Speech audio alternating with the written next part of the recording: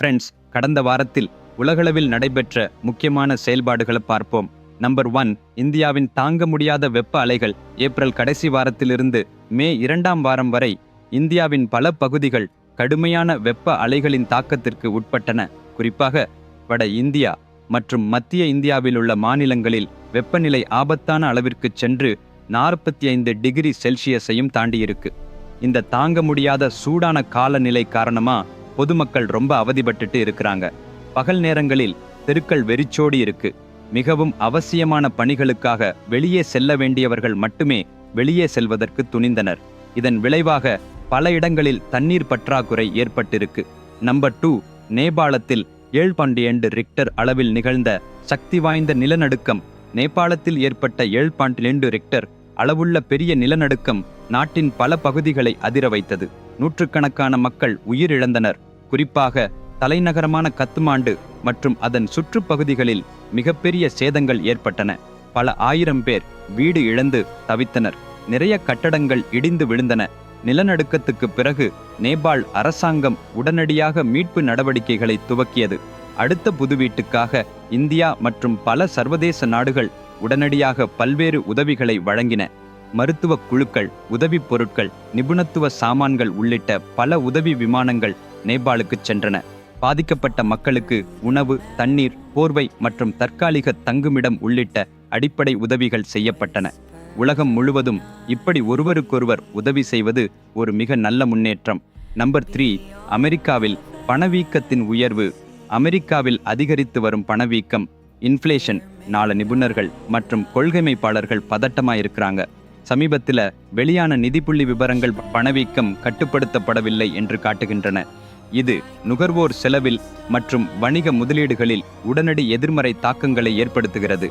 அத்தியாவசிய பொருட்களும் சேவைகளும் அதிக விலையில் கிடைப்பதால் சாதாரண மக்கள் பொருளாதார ரீதியாக கடுமையாக பாதிக்கப்படுகின்றனர். அமெரிக்காவின் மத்திய வங்கி என விளங்கி வரும் ஃபெடரல் ரிசர்வ் கடந்த சில மாதங்களாக வட்டி வீதத்தை உயர்த்தி கொண்டே வருகிறது. இருப்பினும் பணவீக்கம் இன்னும் கட்டுக்குள் வராத நிலையில் வரவுள்ள கூட்டத்தில் வட்டி வீதத்தை மீண்டும் உயர்த்த வாய்ப்புண்டு என்று நிபுணர்கள் கருதுகின்றனர். அமெரிக்காவில் உயரும் பணவீக்கம் உலகளாவிய பொருளாதார அமைப்பின் மீது கூட தாக்கத்தை ஏற்படுத்துகிறது. டாலர் என்பது உலகின் முக்கியமான நாணயங்களில் ஒன்றாக இருப்பதனால் அமெரிக்காவின் பொருளாதார கொள்கைகள் பிற நாடுகளின் பொருளாதார முறைகளிலும் தாக்கத்தை ஏற்படுத்துகின்றன. Number 4, Russia. யுக்ரைன் மோதல்கள் தொடர்ந்து மோசமாகவே உள்ளது. ரஷ்யா மற்றும் உக்ரைன் ஆகியவற்றுக்கு இடையில் நடைபெறும் போராட்டம் இன்னமும் கடுமையாகவே உள்ளது. ரஷ்ய படைகள் உக்ரைனின் கிழக்கு பகுதியில் உள்ள முக்கியமான நகரங்களை கைப்பற்ற முயன்றன. 2 நாடுகளின் இராணுவங்களும் அர்ப்பணிப்பு மிகுந்த போராட்டத்தில் ஈடுபட்டன. பல வீரர்கள் உயிரிழந்தனர். குறிப்பாக டான்பாஸ் பகுதியில் நிலைமை மிகவும் மோசமாக உள்ளது. பல பகுதிகள் தொடர்ச்சியாக படை தாக்குதல்களுக்கு உள்ளாகி வரும் நிலையில் அடிப்படை கட்டமைப்புகள் முற்றிலும் சேதமடைந்துள்ளன. ஏராளமான பொதுமக்கள் தங்களுடைய வீடுகளை விட்டு பாதுகாப்பான இடங்களுக்கு தப்பிச் செல்ல வேண்டியதாகிக் கொண்டுள்ளது. உணவு, தண்ணீர் மற்றும் மருத்துவ வசதிகளில் கடுமையான பற்றாக்குறை உள்ளது. பல நாடுகள் உதவ தயாராக இருந்தாலும் தொடர்ச்சியாக நடைபெறும் தாக்குதல்கள் காரணமாக உதவிக்கு போதிய வாய்ப்பு இல்லை. இந்த போரால் பல நாடுகள் ரஷ்யாவிற்கு பொருளாதார தடைகள் விதித்துள்ளன. அதே நேரத்தில் உக்ரைனுக்கு இராணுவ மற்றும் பொருளாதார உதவி வழங்கப்படுகின்றன. இந்த போர் எப்போது முடியும், எப்போது அமைதி பொழுது வரும் என்று உலகமே எதிர்நோக்கிக் கொண்டுள்ளது. நம்பர் 5, சீனாவின் விண்வெளி புதிய வெற்றி பதிவு. சீனா தனது விண்வெளி திட்டத்தில் மேலும் ஒருபடி முன்னேறியுள்ளது.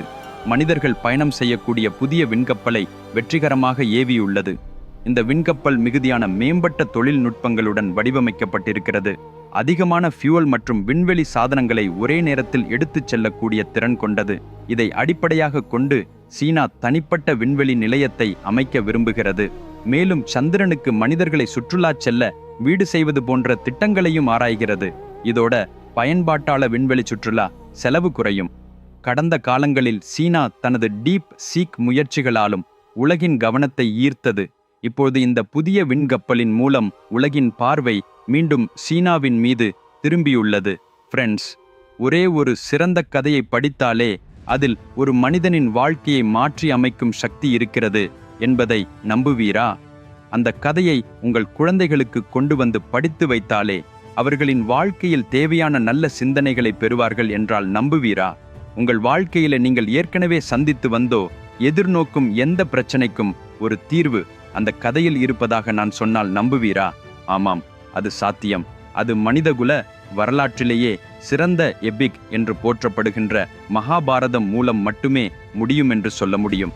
இந்த கதை எவ்வளவோ சூப்பர் ஹிட் திரைப்படங்களை விட 100 மடங்கு சிறப்பானது.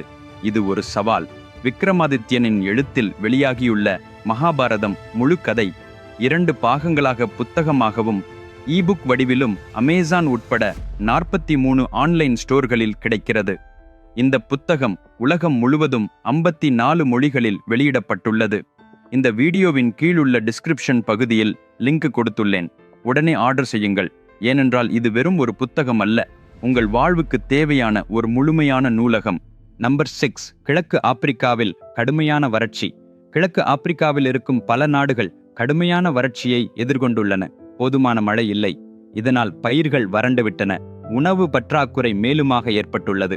லட்சக்கணக்கான மக்கள் பசியால் துடிக்கின்றனர். சர்வதேச உதவிச் சங்கங்கள் உணவு மற்றும் தண்ணீரை வழங்க முயற்சி செய்து கொண்டுள்ளன. ஆனால் இப்பகுதியில் எதிர்கொள்ள வேண்டிய முக்கிய சவால் என்னவென்றால், காலநிலை மாற்றங்கள் போன்ற காரணங்களால் இந்த மாதிரி நிலைமைகள் அடிக்கடி வருகின்றன என்று பலரும் கூறுகிறார்கள். இரு தடவை உதவி செய்வது சரி, ஆனால் ஒவ்வொரு முறையும் உதவுவது கடினம் என்று குறிப்பிடுகின்றன சில நாடுகள். நம்பர் 7, தென் அமெரிக்காவில் ஏற்பட்ட பெரும் எண்ணெய் கசிவு. தென் அமெரிக்காவில் இயங்கிக் கொண்டிருந்த ஒரு பெரிய எண்ணெய் கப்பலில் ஏற்பட்ட தொழில்நுட்ப பிரச்சினை காரணமாக பெருமளவு கச்சா எண்ணெய் க்ரூட் ஆயில் கடலுக்குள் கலந்துவிட்டது. இதனால் அந்த பகுதி முழுவதும் கருத்த எண்ணெய் படலத்தால் மூடப்பட்டு விட்டது. சுற்றுச்சூழலுக்கு பெரும் அபாயமாக உள்ளது. முக்கியமாக கடற்கரை பகுதிகளுக்கு செல்லும் பல கிலோமீட்டர் தொலைவில் எண்ணெய் கலந்த காற்று பாய்வதால் அப்பகுதி மக்கள் மட்டுமின்றி கடலில் வாழும் உயிர்களும் கடுமையாக பாதிக்கப்படலாம் என வல்லுநர்கள் அச்சமாக தெரிவித்துள்ளனர். மேலும் அழகான நிறம் கொண்டுள்ள கொரல் ரீப்கள், வித்தியாசமான வகை மீன்கள், ஆமைகள், பறவை பண்புகள் ஆகியவை இந்த மாசுபாட்டால் பாதிக்கப்பட்டுள்ளன. எண்ணெய் கடல் நீருடன் கலப்பதால் அருகிலுள்ள பல கடல்வாழ் உயிரினங்கள் சாவதற்குள்ளாகின. நீடித்த காலத்தில் அப்பகுதி மக்களுக்கு உடல்நல பிரச்சனைகள் ஏற்படும் வாய்ப்பும் அதிகம். கூடுதலாக அருகில் உள்ள மாங்க்ரோவ் வனங்களும் சேதமடைந்துள்ளன. பொதுவாக இப்பகுதி சுற்றுலா பயணிகள் அதிகம் வருவதை பற்றி தெரியும். ஆனால் இச்சம்பவத்துக்கு பின் சுற்றுலா பயணிகள் வருவதை தவிர்க்கின்றனர். இதனால் சுற்றுலாவை நம்பி வாழ்ந்த மக்களுக்கு பொருளாதார சிரமங்கள் ஏற்பட்டுள்ளன. இந்த ஒரே ஒரு தவறே இயற்கையையும் மனிதர்களையும் பெருமளவு பாதிக்கக்கூடியதென உணர்த்துகிறது. நம்பர் 8, சூடானில் 2 ஆண்டுகளாக நீடிக்கும் உள்நாட்டு போர். சூடானில் 2 ஆண்டுகளாக மோசமான உள்நாட்டு போர் நடைபெற்று வருகிறது. நாட்டை அழித்து வந்த இராணுவமும் ராபிட் சப்போர்ட் RSF எனப்படும் பாராமிலிட்டரி குழுவும் ஆதிக்க போராட்டத்தில் ஈடுபட்டு வருகின்றன. இது தற்போது உச்சகட்டத்தை எட்டியுள்ளது. சூடான் தலைநகர் கார்டும் உட்பட பல முக்கிய நகரங்கள் போர்க்களம் போல மாறிப்போயுள்ளன. இராணுவத்திற்கும் பாராமிலிட்டரி குழுவிற்கும் இடையே நேரடியாகவே தெருக்களில் துப்பாக்கிச் சண்டை நடைபெறுகிறது. வெடிப்பு சத்தங்கள், துப்பாக்கிச் சூடு ஆகிய காரணங்களால் நகரங்கள் அச்சத்துடன் தள்ளாடுகின்றன. இதனால் பொதுமக்களின் வாழ்வு முற்றிலும் குழப்பமாகிப் போயுள்ளது. உணவு, தண்ணீர் மற்றும் மருத்துவ வசதிகள் செயலிழந்து வருகின்றன. போர்கள் தொடர்ந்து நடப்பதால் போக்குவரத்து முயற்சிகளும் நிறுத்தப்பட்டுள்ளன.